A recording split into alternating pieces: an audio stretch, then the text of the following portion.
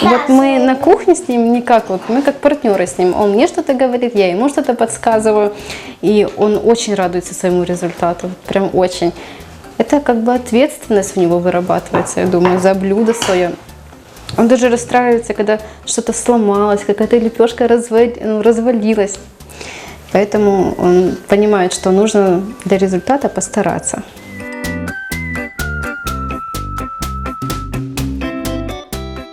Что мы сегодня готовим?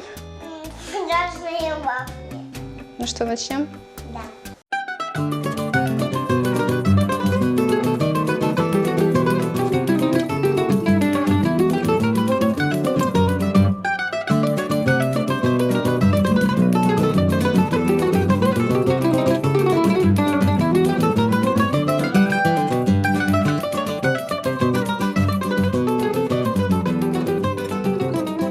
Вот такие вафли у нас вкусные получились. Сейчас будем есть, да? Да.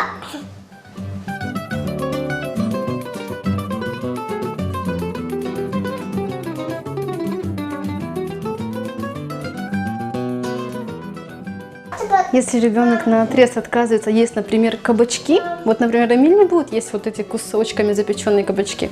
Можно превратить их в кабачковые оладушки, пожарить их на сухой сковородке, и он с удовольствием их ест. Он просто их наворачивает со сметаной и никогда в жизни не догадается, что это какой-то кабачок. Также можно с капустой, вообще с любыми овощами. Главное, найти нужно подход.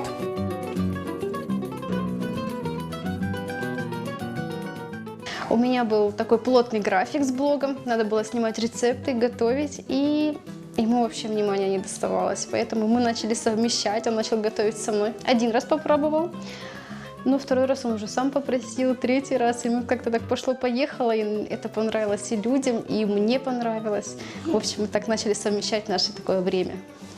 И проводить его вместе, да?